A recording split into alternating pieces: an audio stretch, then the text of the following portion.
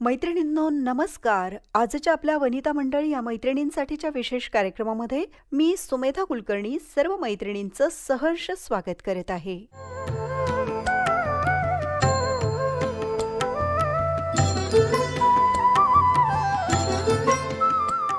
मैत्रिणींनो, शांतितुल्यं तपो नास्ति न संतोषात परम सुखम न तृष्णाः परो व्याधिर्न च धर्मो दयापरः. अर्थातच शांतीसारखं दुसरं तप नाही, समाधानासारखं दुसरं सुख नाही, तृष्णेसारखी दुसरी व्याधी नाही आणि दयेसारखा दुसरा धर्म नाही, असा या श्लोकाचा अर्थ. आता मानसिक शांती ही आपणा सर्वांच्याच जीवनामध्ये अतिशय महत्त्वपूर्ण आहे. ज्या व्यक्तीला शांती मिळत नाही तो व्यक्ती शरीराने अस्वस्थ असतो.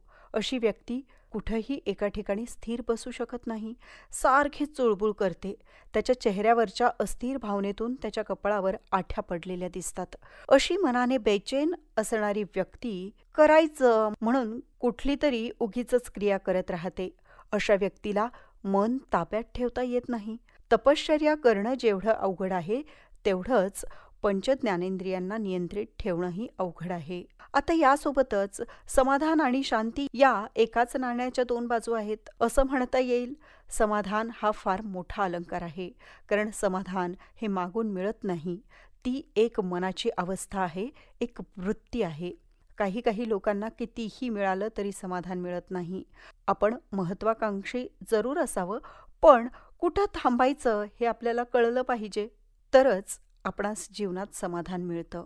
अगदी तसंच लोभ या अर्थाने या श्लोकात तृष्णा हा शब्द वापरला आहे. माणसाच्या अनंत गरजा आहेत, त्यामुळे किती कमावलं तरी कमीच. पूर्वी सर्वांची घरं खाली असायची, त्यामुळे प्रशस्त अंगण आणि अंगणात लावलेली झाडं, म्हणून उष्णतेचा अजिबात त्रास व्हायचा नाही. आता कूलर, फॅन, AC याच्याशिवाय शक्यच नाही. अशा गरजांमुळे माणूस भौतिकवादी झाला आहे आणि या भौतिकवादी जगात माणूस रॅट रेसमध्ये सामील झाला आहे. असंही तृष्णा म्हणजे महाभयंकर व्याधी आहे. आणि यासाठी जर आपण साधू संतांची उदाहरणं आपल्या डोळ्यासमोर ठेवली तर आपल्या लक्षात येईल की आपल्या गरजा आपण किती अवास्तवी वाढवलेल्या आहेत. दया, क्षमा, शांती तेथे संतांची वस्ती असं म्हणतात.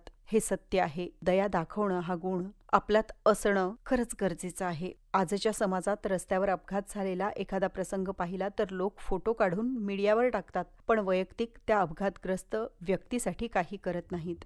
तर हा जो आपल्यातील दयेचा भाव आज अधिक वृद्धिंगत होणं ही काळाची गरज आहे. एकंदरीतच काय तर सुख हे मानण्यात आहे. सुख, समाधान मानणं ही आंतरिक अवस्था आहे. शांती, समाधान, तृप्ती आणि माणुसकी हेच आपल्या जीवनाचं खरं मर्म आहे. या विचारासह वळूया आजच्या आपल्या वनिता मंडळ या कार्यक्रमाकडे. मैत्रिणींनो, आजच्या वनिता मंडळ या कार्यक्रमाच्या सुरुवातीला आता आपण ऐकणार आहात एका ज्येष्ठ श्रेष्ठ मैत्रिणीची घेतलेली मुलाखत. जी मैत्रीण ज्येष्ठ असली तरीही तिचा अनुभव आपल्या सर्व मैत्रिणींना आपल्या यापुढील जीवनातील वाटचालीसाठी आदर्शवत आणि प्रेरणादायी असाच आहे. तर जाणून घेऊया आपल्या या मैत्रिणीचा जीवन आणि कार्यप्रवास आजच्या आपल्या वनिता मंडळ या कार्यक्रमाच्या माध्यमातून. तेव्हा आता आपला फारसा वेळ न घेता ऐकूया आजच्या वनिता मंडळ या कार्यक्रमात सुरुवातीला विजया सुधाकर क्षीरसागर यांच्या सुमेधा कुलकर्णी यांनी घेतलेल्या मुलाखतीचा भाग पहिला.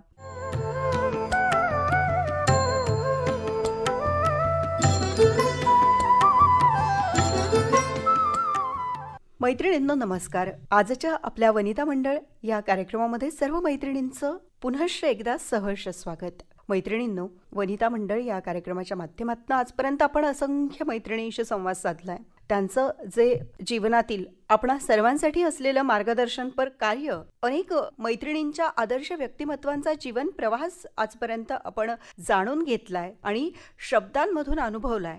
नक्कीच प्रत्येक मैत्रिणींचे त्यांच्या जीवनातील जे अनुभव आहेत, जो जीवन प्रवास आहे तो अगदी भिन्न आहे. आणि तरीही त्यातून जी काही प्रेरणा, जी काही स्फूर्ती आणि जे काही मार्गदर्शन आपल्याला प्राप्त होतं ते मार्गदर्शन निश्चितच यापुढील आपल्या जीवनातील वाटचालीसाठी आपणा सर्वांना उपयुक्त ठरतं. आणि यासाठी आजही आपण आपल्या स्टुडिओमध्ये वनिता मंडळ या कार्यक्रमाअंतर्गत एका ज्येष्ठ आणि श्रेष्ठ मैत्रिणीला आमंत्रित केलेलं आहे.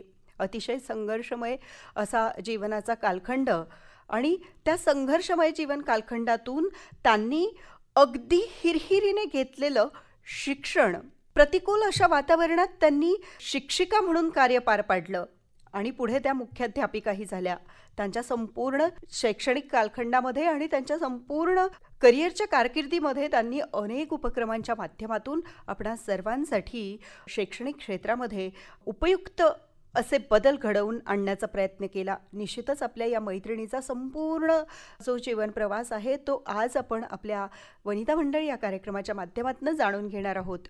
मैत्रिणींनो, आपण जाणतोच की स्वातंत्र्यापूर्वीचा आपला भारत देश आणि स्वातंत्र्यानंतर टप्प्याटप्प्याने आपल्या देशाचा होत असलेला विकास आणि त्या विकासाच्या टप्प्यामध्ये जे काही ज्येष्ठ श्रेष्ठ व्यक्ती आपल्या घरातील असतील किंवा वेगवेगळ्या क्षेत्रात कार्यरत असणारे ज्येष्ठ श्रेष्ठ व्यक्ती असतील, त्यांचे अनुभव जर आपण जाणून घेतले तर आज जे काही सुखदायी जीवन आपण जगतोय त्या सुखदायी जीवनाचा जो खरा पाया आहे तो पाया या ज्येष्ठांनी रचलेला आहे. आणि म्हणूनच आपण आज अनेक सुख आपल्या जीवनात उपभोगू शकत आहोत. विशेषतः स्त्रियांच्या बाबतीत जर विचार केला तर चूल आणि मूल एवढंच असं मर्यादित भावविश्व असणाऱ्या आपल्या स्त्री वर्गाला क्रांतिज्योती सावित्रीबाई फुले यांनी ज्ञानाचा प्रकाश दाखवला आणि त्या ज्ञानरूपी प्रकाशातून पुढे येत येत असंख्य ज्येष्ठ मैत्रिणी घडत गेल्या, ज्यांनी आजपर्यंत त्यांच्या ज्ञानाच्या प्रकाशातून खऱ्या अर्थाने आज आपल्याला प्रकाशित करण्यासाठी संघर्षमय अशा कालखंडातून, प्रतिकूल अशा कालखंडातून आपल्याला एक जीवनज्योत दाखवली. आणि त्याच जीवनज्योतीची आपण खरं तर आज प्रकाश तेजस्वीता आपल्या जीवनात अनुभवत आहोत आणि त्यामुळेच आज आपण आपल्या जीवनामध्ये शैक्षणिक क्षेत्रामध्ये प्रगती करू शकलो आहोत. अशीच मैत्रीण, स्वातंत्र्यापूर्वीचा या मैत्रिणीचा जन्म आणि त्यानंतरच्या काळात म्हणजे निश्चितच ज्या वेळेपासून त्यांचा शैक्षणिक कालखंड सुरू झालेला होता त्यावेळी निश्चितच आपल्या भारत देशाला स्वातंत्र्य प्राप्त झालेलं असलं तरीही फारसा विकसित असा आपला देश नव्हता आणि नुकतंच स्वातंत्र्य प्राप्त झालेलं असल्यामुळे असंख्य अडचणी होत्या. त्यातही स्त्रियांनी शिक्षण घेणं, उच्च विद्याविभूषित होणं आणि नोकरी करणं या सगळ्या गोष्टी फार काही सोप्या नव्हत्या. मग हा जो संपूर्ण जीवन प्रवास आहे तो नक्कीच इंटरेस्टिंग तर आहेच पण संघर्षमयही आहे. तो आपण या मैत्रिणीशी प्रत्यक्ष संवाद साधून जाणून घेणार आहोत. मैत्रिणींनो, त्यासाठी आज आपण आपल्या स्टुडिओमध्ये आमंत्रित केलेला आहे विजया सुधाकर क्षीरसागर यांना, ज्यांचा जन्म 25 फेब्रुवारी 1944 रोजी झाला. MA BEd हे त्यांचं शिक्षण आहे. पॉलिटिकल सायन्समधून त्यांनी MA कंप्लीट केलेलं आहे. शिक्षिका म्हणून त्या जिल्हा परिषद कन्या प्रशाला बीड येथे 1964 रोजी रुजू झाल्या. 1970 रोजी जिल्हा परिषद कन्याशाळा अंबेजोगाई येथे त्यांची बदली झाली. पुढे सन 1996 रोजी वाशी येथून राजपत्रित मुख्याध्यापिका म्हणून त्यांनी ऐच्छिक सेवानिवृत्ती घेतली. आजपर्यंत प्रमुख व्याख्याता म्हणून अनेक शाळा आणि कॉलेजेसमध्ये विविध कार्यक्रमात त्यांनी व्याख्यानं दिलेली आहेत. अनेक पालक सभांना प्रमुख व्याख्याता म्हणून उपस्थिती आणि मार्गदर्शन त्यांनी केलेलं आहे. त्यांनी जे काही जीवनानुभव घेतलेले आहेत त्याविषयी सविस्तर अशी माहिती आता आपण प्रत्यक्ष त्यांच्याशी संवाद साधून जाणून घेणार आहोत. तेव्हा मॅडम, सर्वप्रथम आपलं खूप खूप स्वागत आहे आजच्या कार्यक्रमामध्ये. श्रोते हो, नमस्कार. मॅडम, आपल्या भारत देशाला स्वातंत्र्य प्राप्त होण्यापूर्वीचा आपला जन्म आणि त्या संघर्षमय वातावरणामध्ये आपण उच्च शिक्षण घेतलं. नक्कीच त्या दरम्यान अनेक सकारात्मक आणि अनेक त्रासदायक अनुभवांना आपण सामोरं जावं लागलेलं असेल. तर एकंदरीत तुमच्या बालपणाविषयी आणि शालेय जीवनाविषयी आपण काय सांगाल बरं? माझं पूर्वाश्रमीचं नाव विजया जनार्दनराव चपळगावकर आणि सासरचं नाव विजया सुधाकरराव क्षीरसागर. माझं जन्म बीड या ठिकाणी झाला. स्वातंत्र्यापूर्वी जरी माझा जन्म झालेला असला तरीही मी अवघी 3 वर्षाची होते स्वातंत्र्य मिळालं त्यावेळेला आणि 4 वर्षाची हैदराबाद मुक्तीसंग्राम झाला त्यावेळेला पोलीस ॲक्शनच्या वेळेला. त्यामुळे ह्या दोन्ही प्रसंगांच्या आठवणी मी काही सांगू शकणार नाहीत. पण माझ्या घरातच स्वातंत्र्य सेनानी असल्यामुळे म्हणजे माझं कुटुंब हे माझे वडील जनार्दनराव चपळगावकर आणि त्यांचे मोठे भाऊ पुरुषोत्तमराव चपळगावकर ह्यांचं एकत्र कुटुंब होतं. या कुटुंबामध्ये पुरुषोत्तमराव चपळगावकर यांनी हैदराबाद मुक्तीसंग्रामात फार मोठं कार्य केलं. रामानंद तीर्थ यांच्या बरोबर असणाऱ्या लोकांपैकी ते एक होते. रामानंद स्वामींचे फार लाडके होते. हैदराबाद मुक्तीसंग्रामाच्या वेळेला अनेक वेळेला भाषणांसाठी चळवळीत भाग घेतल्यामुळे त्यांना तुरुंगवास पत्करावा लागला. अशा वेळेला घराची पूर्ण जबाबदारी माझ्या वडिलांनी सांभाळली अर्थात फक्त ही जबाबदारी सांभाळली असं नाही, तर हैदराबाद मुक्ती संग्रामामध्ये जे भूमिगत नेते होते, या भूमिगत नेत्यांना त्यांनी सहाय्य केलेलं आहे, मदत केलेली आहे. त्याचबरोबर काही निरोप पाठवायचे असतील तर निरोपही पाठवण्याचं काम केलेलं आहे. त्याशिवाय शस्त्र कसे चालवायचे ह्याचा कॅम्प बीडला झालेला होता. त्या कॅम्पमध्ये पण माझे वडील सहभागी झाले होते. अशा रीतीनं चुलते प्रत्यक्ष तुरुंगात जाऊन सहकार्य केलं, सहभाग घेतला आणि माझ्या वडिलांनी तुरुंगाच्या बाहेर राहून सहभाग घेतला. अशा रीतीने ह्या लढ्यामध्ये प्रत्यक्ष आणि अप्रत्यक्ष काम केलेल्या कुटुंबामध्ये मी लहानाची मोठी झालेली आहे. साहजिकच त्याचे खूप मोठे आणि चांगले परिणाम आमच्यावर झालेले आहेत. फक्त दुर्दैवाने त्यावेळेला 1948-49 दरम्यान प्लेगची साथ आली आणि त्या साथीमध्ये माझी आई वारली. जसं स्वातंत्र्य लढ्याविषयी मला काही आठवणं शक्य नाही, तसंच अवघी 4 वर्षाची असल्यामुळे मला आईविषयी पण काही आठवत नाही. परंतु आमच्या कुटुंबामध्ये माझी चुलती अतिशय मायाळू असल्यामुळे तिने माझ्यावर मुलासारखीच माया केली. आपली आई आपल्या मुलांवर जशी माया करेल तशीच तिने माया केली आणि हे खूप काही भरून काढलं.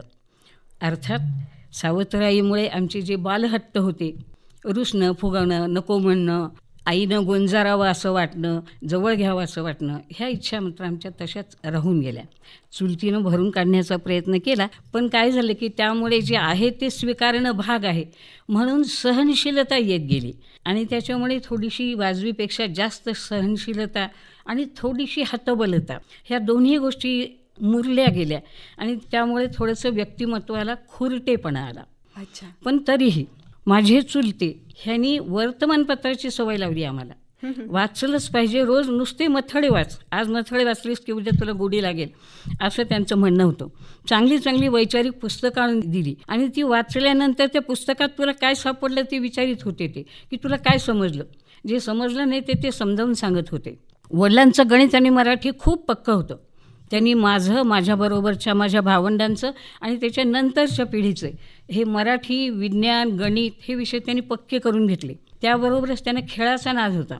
त्यामुळे बैठे खेळ आणि मैदानी खेळ हे दोन्ही खेळ त्यांनी शिकवले आम्हाला सगळ्यांना.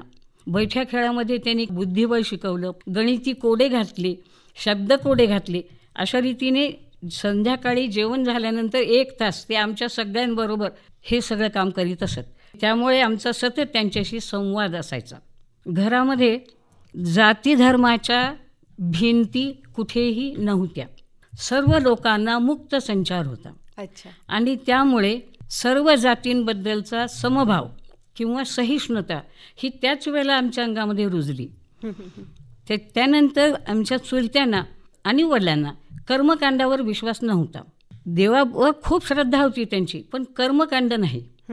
पण आई आणि चुलती ह्यांना मात्र हे सगळे विधी करावे वाटायचे. अशा वेळेला ह्या दोघांनीही आई चुलतीला कधीही विरोध केला नाही. त्यांचं म्हणणं माझा विश्वास नाही, तू कर. त्यामुळे आपण देवभोळेपणा ठेवायचा नाही, अंधश्रद्धा ठेवायची नाही, पण त्याचबरोबर दुसऱ्यांच्या मताचा आदर करायचा, दुसऱ्यांना विरोध करायचा नाही, ही पण भावना आमच्यामध्ये रुजली गेली. त्यावेळेला विनोबाजींचा काळ होता. भूदान चळवळ आणि सर्वोदय. तर सर्वोदयामध्ये त्यांची पद्धत अशी होती की कुटुंबामध्ये जे सगळ्यात लहान बाळ आहे त्याच्या मुठीनं 1 मूठ धान्य एका डब्यामध्ये टाकायचं, रोज टाकायचं. अशा रीतीनं महिना 15 दिवस जे धान्य साचेल ते धान्य त्या चळवळीत काम करणारे लोक येऊन घेऊन जायचे आणि मग तो डबा जेव्हा सगळ्या घरचे डबे एकत्र होतील तर पोत्यानिशी जमा झालेलं धान्य गोरगरिबाला वाटलं जायचं. अशा रीतीनं अडचणीच्या वेळेला लोकांना मदत करणं हा जो मानवता धर्म आहे त्याचे पण संस्कार आम्हाला घरातच झाले. राष्ट्रभक्तीविषयी तर प्रश्नच नव्हता, ती तर आमच्या हाडीमाशी खेळलेली होती. खरंच. अशा रीतीने या वातावरणात या घरात माझं मॅट्रिकपर्यंतचं शिक्षण झालं. अच्छा. एकंदरीत अशा प्रकारचं देशभक्तीने ओतप्रोत भरलेलं स्वातंत्र्य सेनानींचं घर आणि त्या घरात तुमचं बालपण, शालेय शिक्षण पूर्ण झालं. आता पुढे शालेय शिक्षणानंतर महाविद्यालयीन शिक्षणासाठी मग खरं तर तुमची आगेकूच सुरू झाली असं म्हणायला काही हरकत नाही. तर मग ज्या वयात आपण महाविद्यालयीन उच्च शिक्षण घेतलं तर तोही काळ स्वातंत्र्यानंतरचा अगदी खूप प्रगत आणि स्त्रियांनी उच्च शिक्षणाकडे वळावा असा नव्हता. आणि तरीही अशाही परिस्थितीत तुम्ही तुमचं शिक्षण पूर्ण करून स्वावलंबी झालात आणि जिल्हा परिषद शाळेमध्ये शिक्षिका म्हणूनही रुजू झालात. तर एकंदरीत तुमचा हा जो संपूर्ण महाविद्यालयीन जीवनाचा प्रवास नोकरीपर्यंतचा कसा होता याविषयी काय सांगाल? आमचं हे सुधारक घर असल्यामुळे त्या ठिकाणी मुलगा आणि मुलगी असा भेद नव्हता. त्यामुळे मुलींना पण मुलं इतकंच जेवढं घेतील तेवढं शिक्षण द्यायला घरचे लोक तयार असायचे. माझ्या घरच्या सगळ्यांनाच असं वाटलं की हिचं खुरटलेलं व्यक्तिमत्व आहे आणि अबोल पण आहे, ते दूर करण्यासाठी आपण गावात त्याच वर्षी जरी कॉलेज निघालेलं असलं तरी त्या कॉलेजमध्ये न शिकता हिला औरंगाबादला ठेवू. अच्छा. आणि म्हणून त्यांनी औरंगाबादच्या सरकारी ज्ञानविज्ञान महाविद्यालयामध्ये मला शिकवलं. तिथे माझे भाऊ औरंगाबाद खंडपीठाचे माजी न्यायाधीश नरेंद्र चपळगावकर हे माझे मोठे भाऊ, ते MA करीत होते त्यावेळेला. बहीण BSc करीत होती. त्यांच्याच जवळ मी राहिले आणि त्यांच्या निगराणीखाली त्यांच्या शिस्तीत माझं महाविद्यालयीन शिक्षण पूर्ण झालं. आणि नंतर मी जिल्हा परिषद शाळेमध्ये रुजू झाले. माझ्या नशिबाने मी ज्या शाळेत शिकले त्याच शाळेमध्ये अवघी 4 वर्ष मी महाविद्यालयीन शिक्षण घेण्यासाठी बाहेर पडले. परत जेव्हा त्या शाळेत मी रुजू झाले शिक्षिका म्हणून, त्यावेळेला मला शिकवणारे सर्व शिक्षक जवळपास त्या ठिकाणी होतेच. आणि म्हणून त्यांच्याबरोबर सर्व्हिस करत असताना मला अगदी पहिल्यासारखं, म्हणजे मी शिकत असताना जशी त्यांच्या कृपाछत्राखाली असायची तसंच मला वाटलं. मला काही अनोळखी ठिकाणी आले किंवा आता फार मोठा कठीण प्रश्न आहे कसं शिकवावं वगैरे असं काही झालं नाही. अगदी सुरळीतपणे माझी नोकरी लग्नाच्या आधीची झाली. अच्छा. 1970 साली माझं लग्न झालं. माझे पती सुधाकर रामचंद्र क्षीरसागर यांच्याशी माझा विवाह झाला. ते MA शिकलेले होते राज्यशास्त्र या विषयामध्ये. ते शिकवण्यामध्ये हातखंडा होता त्यांचा, उत्कृष्ट शिकवायचे, चिठ्ठी चपाटी हातात काहीही नाही. विद्यार्थी अतिशय खुश असायचे. 100, 125, 150चा वर्ग असायचा. त्याशिवाय त्यांचं ओघवती वक्तृत्व होतं, तीव्र स्मरणशक्ती होती, खूप चांगले गुण त्यांच्यामध्ये होते. पण त्यांचा जन्म खेड्यामध्ये झालेला होता आणि त्यामुळे त्यांच्या घरामध्ये ग्रामीण भागामध्ये असतं तसं कर्मठ वातावरण होतं. अच्छा. आणि त्याच वातावरणाचा खूप मोठा पगडा त्यांच्यावर होता. गावामध्ये सुद्धा जवळपास सगळ्या घरांमध्ये तसंच वातावरण असल्यामुळे त्या घरातली मुलं ही त्यांचे मित्र होते. त्यामुळे त्यांची मनोवृत्ती तशीच बनत गेली. त्यांच्या दृष्टीनं महिलांना काही मत असतं, मन असतं, त्या काही करू शकतात, त्यांना हे मान्य नव्हतं. त्यामुळे अर्थार्जनासाठी म्हणून जी मी नोकरी केली त्याच्याशिवाय त्यांनी मला कुठलंही स्वातंत्र्य दिलं नाही. अच्छा. एकंदरीतच लग्नापूर्वीचं तुमचं जीवन आणि लग्नानंतरचं तुमचं जीवन यात खूप मोठी तफावत होती. म्हणजे लग्नापूर्वी तुमच्या माहेरी तुम्ही जेवढं स्वातंत्र्य उपभोगलं किंवा एक मुलगी म्हणून, एक स्त्री म्हणून वावरत असताना सगळ्याच, शिक्षण असो किंवा जॉब असो, सगळ्याच गोष्टींमध्ये तुम्हाला पूर्णपणे स्वातंत्र्य प्राप्त झालेलं होतं. परंतु याच्या उलट परिस्थिती तुमच्या सासरी होती असं म्हणावयास काही हरकत नाही. थोडेसे पारंपरिक विचाराचं असं घराणं असल्यामुळे तिथे मग तुम्हाला अनेक संघर्षांना तोंड द्यावं लागलं. म्हणजे एक शिक्षिका म्हणून तुमची सेवा तर तुम्ही व्यवस्थित पार पाडलीत, परंतु ती सेवा पार पाडत असताना घर आणि नोकरी यामध्ये जे एक संघर्षमय असं वातावरण नेहमीच मानसिक तणाव निर्माण करणारं असतं एका स्त्री जीवनाला. तर त्या वातावरणाचा अनुभव तुम्हाला पुढे तुमच्या विवाहानंतर घ्यावा लागला. पण असंही असलं तरीही ज्यावेळी तुम्ही जिल्हा परिषद शाळेमध्ये शिक्षिका म्हणून कार्यरत होता त्यावेळी तुम्ही अनेक नवनवीन उपक्रम तुमच्या सेवेमध्ये पार पाडले आणि त्या माध्यमातून शैक्षणिक क्षेत्रामध्ये विकास व्हावा किंवा शैक्षणिक क्षेत्रामध्ये प्रगती घडून यावी यासाठी तुम्ही प्रयत्नरत राहिलात. तर त्या तुमच्या नवनवीन उपक्रमांविषयी काय सांगाल बरं? माझे मिस्टर हे कलंदर वृत्तीचे होते. त्यामुळे काय होतं की त्यांना जसं पाहिजे तसं ते आयुष्य जगले, पण हे जगत असताना ते व्यसनाकडे वळले आणि त्यामुळे त्यांनी कौटुंबिक जबाबदारी कुठलीच घेतली नाही. साहजिकच माझ्यावर कुटुंब आणि नोकरी हे दोन्ही क्षेत्र आले. आणि काय असते की ज्या वेळेला आपलं घर आतून भक्कम असतं आणि आपल्या पाठीशी उभं राहतं त्यावेळेला बाहेरच्या जगामध्ये आपण ज्या ताकदीनं आव्हानं पेलतो त्या ताकदीनं जेव्हा घरातच संघर्ष करायचं काम पडतं तेव्हा आपण त्या ताकदीनं बाहेरच्या जगात इतका मोठा संघर्ष करू शकत नाहीत. पण तरीही जेवढं मला सवलत मिळाली किंवा जेवढी मी प्रयत्न करून झगडू शकले तेवढं मी निश्चितच शाळा सुधारण्यासाठी प्रयत्न केले. अच्छा. आता शाळाच्या विकासासाठी जे प्रयत्न केले तुम्ही सुरुवातीला सांगितलं तसं फार मोठा काळ मागे गेलेला आहे. 1964 साली मी नोकरीला लागले आणि 96 साली सोडली. नोकरी सोडून 30 वर्ष झालेली आहेत. त्यामुळे आता शैक्षणिक क्षेत्रात खूप मोठे बदल झालेले आहेत आणि जे उपक्रम आम्ही त्यावेळेला नवीन म्हणून सुरुवात केली ते आता इतके रुळलेले आहेत की ते उपक्रम कोणते म्हणून सांगितलं तर कुणाला नाविन्य वाटणार नाही, पण त्याची सुरुवात आम्ही केली हे मात्र नक्कीच. नक्कीच. आज जे काही विकासाचे वारे आपण सर्वच क्षेत्रात अनुभवतोय त्याचा पाया मी सुरुवातीलाच म्हणाल्याप्रमाणे खरा पाया रचला गेला तो तुम्हा सर्वांकडनं, ज्येष्ठांकडनं. त्यावेळी जर तुम्ही खंबीर पक्का असा पाया जर निर्माण केला नसताना तर ही जी पुढची आपण एवढी मोठी भिंत उभारलेली आहे वेगवेगळ्या क्षेत्रात आणि इतकी मोठी भरारी आजपर्यंत आपल्या भारत देशाने घेतलेली आहे सर्वच क्षेत्रात, मग त्यात आधुनिक तंत्रज्ञान असेल, शैक्षणिक क्षेत्र असेल, सामाजिक असेल, राजकीय असेल, अनेक क्षेत्रात खूप क्रांतीचे वारे आपण बघतोय की परिवर्तन आणि क्रांतीचे वारे आजपर्यंत वाहत आलेत आणि खूप प्रगत असा आपला भारत देश झालेला आहे. खरोखरच तुम्ही म्हणाल्याप्रमाणे आज जरी हे सर्व शैक्षणिक क्षेत्रातील तुम्ही राबवलेले उपक्रम रुळलेले असले किंवा मागे पडलेले असले तरीही त्यावेळी मात्र त्या उपक्रमांमध्ये खूप नाविन्यता होती आणि ती त्यावेळच्या काळाची गरज होती. आणि मॅडम तुम्ही आणखी एक मुद्दा मांडलात की एक स्त्री जीवन कसं असतं, म्हणजे कुटुंबातील प्रत्येक व्यक्तीचा विशेषतः आपल्या जोडीदाराचा जर भक्कम पाठिंबा एका स्त्रीला चूल आणि मूल या व्यतिरिक्त बाहेर पडून कार्य करताना जर असेल तर तिचं जीवन हे खरंच काही वेगळं असतं.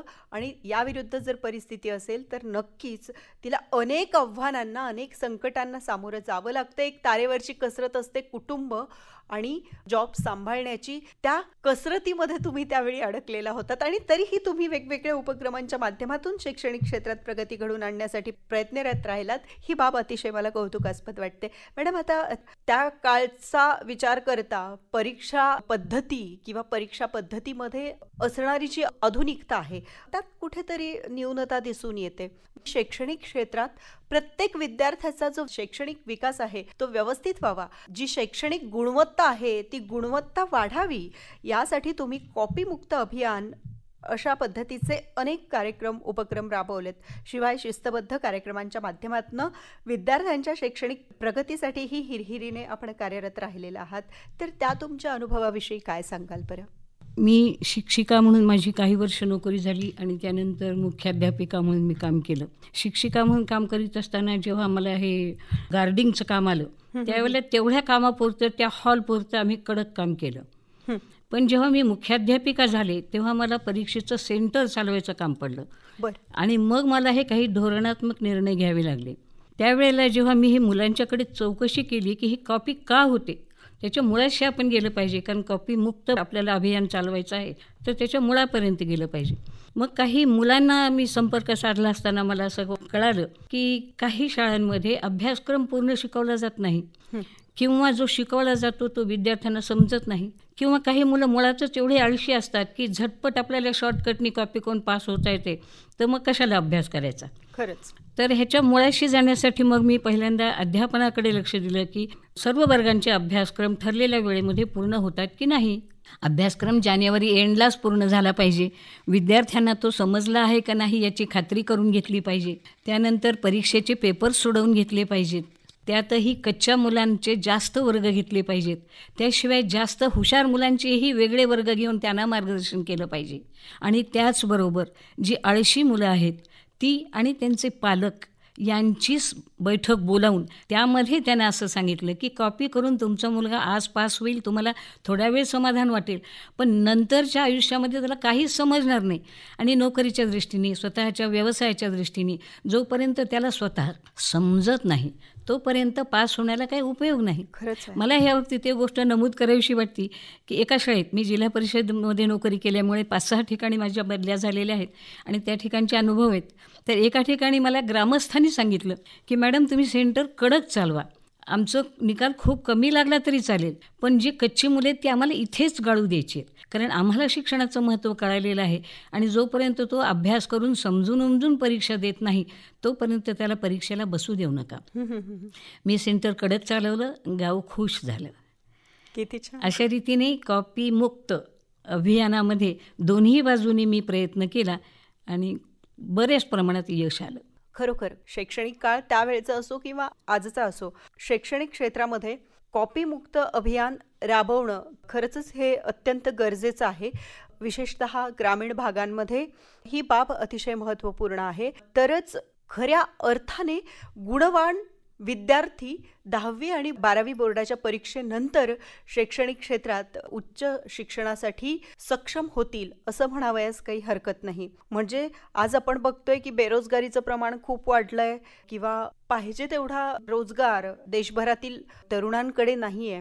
याचं कारण कुठेतरी या गोष्टीमध्येही रुजलेलं आहे म्हणा किंवा या गोष्टीमध्येही लपलेलं आहे की बऱ्याच ग्रामीण भागांमध्ये विद्यार्थी कॉपीच्या माध्यमातून 10वी-12वीच्या बोर्डाच्या परीक्षांमधून उत्तीर्ण होण्यासाठी प्रयत्न करतात आणि त्यामुळे कुठेतरी पुढे ज्यावेळी त्यांच्या करिअरचा प्रश्न निर्माण होतो त्यावेळी त्यांच्यातली जी गुणवत्ता आहे, शैक्षणिक गुणवत्ता आहे, ती शैक्षणिक गुणवत्ता कुठेतरी कमी पडते आणि करिअरमध्ये ते मग मागे सरकले जातात.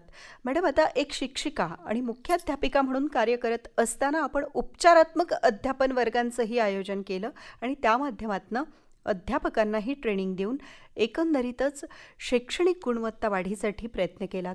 त्या तुमच्या कार्याविषयी तुम्ही काय सांगाल बरं? 1994 साली नवीन शैक्षणिक धोरण आलं. ह्या नवीन शैक्षणिक धोरणामध्ये जी मार्गदर्शक तत्त्व आहेत ती शिक्षकांना माहिती असायला पाहिजेत आणि त्या अनुरोधाने शालेय अभ्यासक्रमामध्ये त्याचा अंतर्भाव करून शिकवलं गेलं पाहिजे अशी शासनाची योजना होती आणि त्याचं ट्रेनिंग देण्यासाठी रिसोर्स पर्सन म्हणून माझी निवड झालेली होती. त्यामुळे त्या शिक्षकांना मी हे सगळं सांगितलं. दुसरी गोष्ट अशी होती की शाळा समूह केंद्र त्यावेळेला चालवलं जायचं. म्हणजे एका हायस्कूलच्या अंतर्गत अवतीभोवतीच्या खेड्यामध्ये असणाऱ्या ज्या प्राथमिक शाळा आहेत त्या प्राथमिक शाळा आणि काही माध्यमिक शाळा ह्या त्या मुख्य हायस्कूलशी जोडल्या जायच्या. त्याचा समूह व्हायचा आणि त्याचा केंद्रप्रमुख हा त्या शाळेचा मुख्याध्यापक असायचा. तर माझ्या शाळेला ती केंद्र शाळा म्हणून निवडली होती आणि त्यामुळे त्या शाळा समूहाची केंद्रप्रमुख म्हणूनही मी काम केलं. त्यावेळेला अवतीभोवती असणाऱ्या ज्या घटक शाळा होत्या प्राथमिक शाळा त्या सर्व शिक्षकांना आणि माध्यमिक शाळेच्या म्हणजे माझ्या समूहाअंतर्गत येणाऱ्या सर्व शाळा शिक्षकांना बोलावून त्यांच्या अडचणी विचारून घ्यायच्या. कारण ग्रामीण भागातल्या अडचणी आणि शहरी भागातल्या अडचणी वेगळ्या वेगळ्या असतात. त्याच्यामुळे अडचणी विचारून घेऊन त्यावर काय मार्ग काढता येईल याचा विचार विनिमय करायचा. आपल्या शाळेसाठी 1ली ते 4थीमध्ये जे काही उपक्रम आपण राबवलेले आहेत ते उपक्रम सगळे त्यांना राबवायला सांगायचे. त्याशिवाय हायस्कूलमध्ये काही विषय शिक्षक नसतात किंवा काही घटक कठीण असतात शिकवायला, तेव्हा ते घटक शिकवण्यापुरते आपल्या शाळेतले शिक्षक आपल्याला देता येतील का हेही पाहिलं. प्रयोगाची उपकरणं नसतात किंवा प्रयोग दाखवता येत नाहीत, त्यासाठी आपल्या शाळेची प्रयोगशाळा उपलब्ध करून दिली. अशा प्रकारे हेही काम त्यांच्याबरोबर करता आलं. त्याच्यानंतर विषय समित्या नेमल्या. म्हणजे माझ्या मूळ शाळेमध्ये 5वी ते 10वी या वर्गांमध्ये उदाहरणार्थ गणित हा विषय घेतला तर गणित 5वीपासून 10वीपर्यंत शिकविणाऱ्या शिक्षकांची एक समिती केली. अशी प्रत्येक विषयाची समिती, त्याचा ज्येष्ठ शिक्षक हा मुख्य आणि मग गणित विषय 5वीपासून 10वीपर्यंत कशा टप्प्याटप्प्याने पक्का करावा त्याच्यासाठी आपल्याला काय उपक्रम घेता येतील ह्याचा विचार करून वर्षभर ते उपक्रम राबवले. गणित, इंग्रजी, विज्ञान, मराठी सगळ्याच बाबतीमध्ये. अच्छा. त्याच्यानंतर खेड्यामध्ये आणखी एक प्रश्न असायचा की ग्रामीण भागामध्ये अवतीभोवतीच्या खेडेपड्याचे विद्यार्थी शाळेमध्ये येणारे असायचे. त्यामुळे शहरी भागासारखे ते वक्तशीर नसायचे. 1 तास 2 तास आधी येऊन बसायचे आणि मग ते गोंधळ करायचे शाळेमध्ये. मग आम्ही शिक्षकांनी आपणही 2 तास लवकर जायचं ठरवलं आणि 2 तास शाळेच्या आवारामध्ये विद्यार्थी आल्यानंतर त्यांना फक्त गुंतवायचं. तुम्हाला काय अभ्यास करायचं तो करा, गोष्टीचं पुस्तक वाचा, पण एकटे बसा आणि शिस्तीमध्ये तुम्हाला काय करायचं ते करा. गोंधळ करायचा नाही, गुंडगिरी करायची नाही असं म्हणून स्वतःचा अभ्यास स्वतः करायची सवय लावली. त्यामुळे विद्यार्थ्यांना पुढे इतकी सवय झाली की ते गेटमधून आले की दप्तर काढायचे आणि एका ग्रुपमध्ये बसून अभ्यास करायला लागायचे. किती छान. कच्चे विद्यार्थी जे आहेत ते मगाशी मी मॅट्रिकच्या बाबत सांगितलं तसं शाळेमधले सगळेच जे कच्चे विद्यार्थी आहेत प्रत्येक वर्गातले त्या विद्यार्थ्यांचे जादा तास घ्यायला लावले. प्राथमिक शाळेमध्ये 1ली ते 4थीसाठी भिंती रंगवण्याचा उपक्रम त्यावेळेला नवीनच होता. म्हणजे ड्रॉइंग शिक्षकचे मदत घेऊन भिंती रंगवल्या, त्या अशा रंगवल्या की काही चित्रही काढले आणि काही त्या अभ्यासक्रमावर आधारित असणाऱ्या ज्या म्हणी आहेत, त्या म्हणी समानार्थी शब्द, विरुद्धार्थी शब्द हे भिंतीवर मोठ्या अक्षरात लिहिले, जेणेकरून विद्यार्थ्यांच्या समोर ते सतत पडावेत म्हणून. आणि भिंत ही आकर्षक दिसावी, शाळेकडे मुलांचा ओढा असावा. दुसरी गोष्ट अशी की आणखी एक गोष्ट म्हणजे ग्रामीण भागामध्ये त्यावेळेला अंगणवाड्या नसायच्या, बालकमंदिर नसायचे. आपल्या शहरी भागामध्ये बालकमंदिरातली मुलं स्वच्छ असतात, मोठ्या घरची असतात. खेड्यामध्ये तसं होत नाही. त्यामुळे खास करून 1ली ते 4थी या विभागामध्ये शिक्षकांना माझी सूचना असायची की पहिल्या तासातले 10 मिनिटं प्रत्येक विद्यार्थ्याला जवळ बोलावून त्यांनी नखं काढलेत का नाही, त्यांनी आंघोळ केली का नाही, त्याचा चेहरा स्वच्छ आहे की डोळ्याला चिपळे बिपळे तसेच आहेत, कपडे स्वच्छ आहेत का, जुने असू द्या पण फाटलेले नाही, शिवलेले पाहिजेत, अशा रीतीनं नीटनेटकं भांग पाडलेलं पाहिजे. मुलींनी केसाची वेणी घातली पाहिजे. वर्गामध्ये नीटनेटके दिसावेत, गरीब असू द्या पण स्वच्छ असावेत आणि त्यांनी वेळेवर शाळेत यावं, उपस्थिती वाढावी यासाठी प्रयत्न केले. किती छान. एकंदरीतच शैक्षणिक गुणवत्तेसोबतच विद्यार्थ्यांचा व्यक्तिमत्व विकासही घडणं तितकंच महत्त्वपूर्ण असतं हे त्यावेळी जाणून घेऊन तुम्ही त्याप्रमाणे शिक्षकांना तयार केलं, त्याप्रमाणे शिक्षकांना ट्रेनिंग दिलं आणि त्यांच्याकडनं गुणवत्तेसोबतच विद्यार्थ्यांच्या सर्वांगीण व्यक्तिमत्व विकासासोबतच एक सुसंस्कारित सुशिक्षित पिढी निर्माण करण्याचं कार्य त्यावेळी केलं. मॅडम, आज आपण आमच्या स्टुडिओमध्ये आलात आणि एकंदरीतच तुमचं बालपण, तुमचं शालेय जीवन, महाविद्यालयीन जीवन आणि तुम्ही जे त्या काळात शिक्षिका म्हणून कार्यरत असताना जे काही नवनवीन उपक्रमांच्या माध्यमातून विद्यार्थ्यांच्या शैक्षणिक गुणवत्तेसाठी प्रयत्न केलेत, त्यामध्ये मग कॉपीमुक्त अभियान असेल, तसेच मुख्याध्यापिका म्हणून कार्य पार पाडत असताना जे काही नवनवीन उपक्रम हाती घेतले, ज्यात कॉपीमुक्त अभियान असेल किंवा शिक्षकांना ट्रेनिंग देऊन त्यामार्फत शिक्षकांनी विद्यार्थ्यांच्या सर्वांगीण विकासासाठी नेमकं काय करायला हवं यासाठी त्यांना प्रशिक्षित करणं असेल, या माध्यमातून शैक्षणिक क्षेत्रातील प्रगतीसाठी अतिशय मोलाचा असा हातभार लावलात असं म्हणावयास काही हरकत नाही. तर या सगळ्या गोष्टींविषयी माहिती आपण आम्हा सर्वांपर्यंत पोहोचवली, त्याबद्दल आपले खूप खूप धन्यवाद आणि आयुष्यातील यापुढील आपल्या वाटचालीसाठी आमच्या संपूर्ण आकाशवाणी परिवारातर्फे आपणास खूप साऱ्या शुभेच्छा. मला या ठिकाणी तुम्ही बोलावलं आणि या आकाशवाणी केंद्रानं मला संधी दिली बोलण्याची, त्याबद्दल मी त्यांचे आभार मानते.